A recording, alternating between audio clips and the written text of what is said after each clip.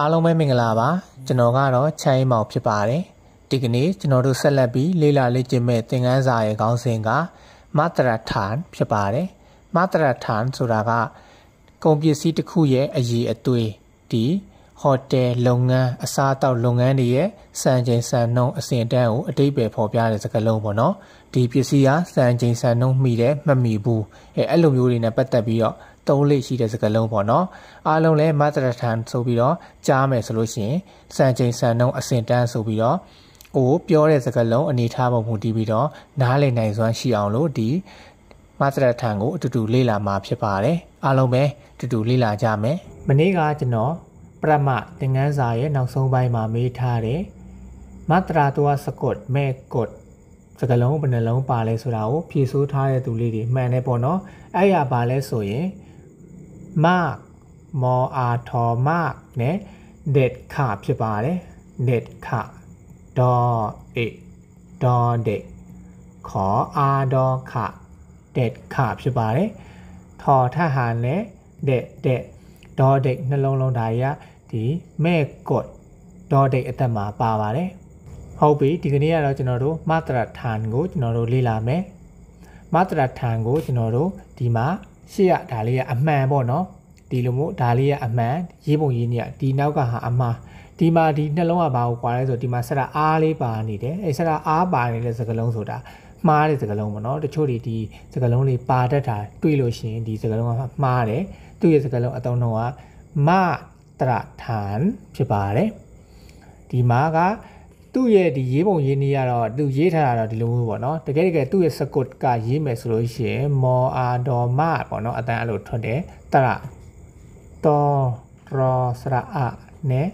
ထောအာနောဌာန်ဖြစ်ပါတယ်မတရဌာန်ဖြစ်ပါတယ်ဟုတ်ပြီကျွန်တော်တို့လေ့လာမယ်ဒီမှာပထမအဦးဆုံးကงานนี้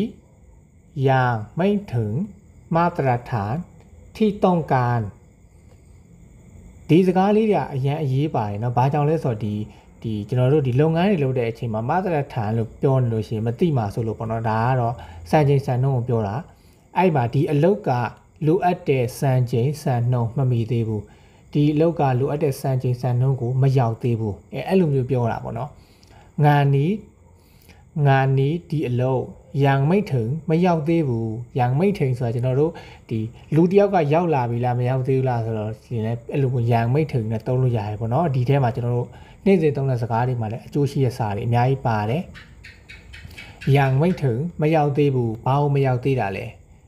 မတရဌာန်ဆိုတဲ့စံချိန်စံနှုန်းကိုမရောက်သေးတာဘလို့မရောက်တာလဲထိတုံးကန်ကျွန်တော်တို့လိုအပ်တာကျွန်တော်တို့ကဒီနံပါတ်30ထိလိုချင်တယ်ဆိုလို့ရှိရင် तू ကနံပါတ်5အထိပဲရောက်တဲ့သဘောပေါ့နော်အဲကြောင့်မလို့ထိတုံးကန်နောက်ကဒါလေးထည့်ပေးတယ်ထိတုံးကန်ကျွန်တော်တို့လိုအပ်တဲ့စံချိန်စံနှုန်းကိုဒီအလုတ်ကမရောက်သေးဘူးလို့ပြောတာဖြစ်ပါတယ်ဟုတ်ပြီအဲ့တော့ကျွန်တော်တို့ရေးကြည့်မယ်งานนี้งออานองานนออีဟုတ်ပြီအဲ့တော့ကျွန်တော်တို့ရေးကြည့်မယ်งออานองานนออีนีไมโทนี้งานนี้ยังไม่ถึงยออะงอยางมอไอไม่ถองอถึงยังไม่ถึงมาตรฐานมออาตอรอฐานที่ต้องการทออีทีมาอีกที่ตองอตอไม่ถูกต้องการกอารอการที่ต้องการงานนี้ยังไม่ถึงมาตรฐานที่ต้องการဒီအလောက်ကလိုအပ်တဲ့စံချိန်စံနှုန်းကိုမမီသေးဘူးလို့ပြောတာဖြစ်ပါတယ်ဒီနေရာမှာကျွန်တော်တို့တွေမှတ်ထားရမယ်งานนี้ဒီအလောက်ยังไม่ถึงဆိုတာမရောက်သေးတာရှေ့ကยังလေးထည့်ရမယ်เนาะยังไม่ถึงမရောက်သေးဘူးมาตรฐานစံချိန်စံနှုန်းအစီအသွေးအဆင့်အတန်းတုံးကန်လိုအပ်တယ်ပေါ့เนาะဟုတ်ပြီနောက်ထပ်ကျွန်တော်တို့စာကြောင်းထပ်သွားမယ်